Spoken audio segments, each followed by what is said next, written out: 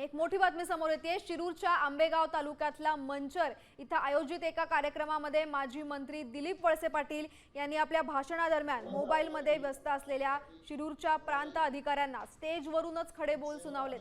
कार्यक्रमामध्ये दिलीप वळसे पाटील हे भाषण करत होते आणि ते भाषण करत असताना स्टेजवर बसलेले शिरूरचे प्रांत अधिकारी सुनील जोशी हे मोबाईलमध्ये व्यस्त असल्याचं त्यांच्या लक्षात आलं। त्यानंतर वळसे पाटील यांनी भाषणामधनच जोशी यांना उद्देशून त्यांची कान उघडणी केली। सेवा आम्ही कायद्यानंतर वाचतो मी अरे आधीच वाचतो यार पाहिजे तुम्हाला माहिती होतं मी असणार आहे, मी काय कधी प्रश्न काढेल तुला कळायचं सुद्धा आहे। खरं त्याला ही बाब जोशी जरा कोण खाली ठेवा जरा नाही कोणाचा आवाज घेऊच नका। साम टीव्ही मला बघायला आवडतो कारण त्यावर दाखवल्या जाणाऱ्या बातम्या रिलेट करतात।